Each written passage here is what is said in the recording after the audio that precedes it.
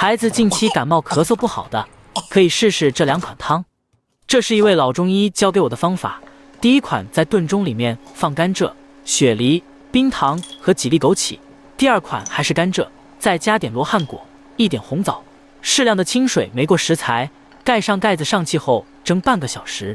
用这个陶瓷瓦罐蒸出来的效果非常好，可以保留食材的营养，不容易流失。这样蒸出来的甘蔗汤味道鲜甜，大人小孩都喜欢喝。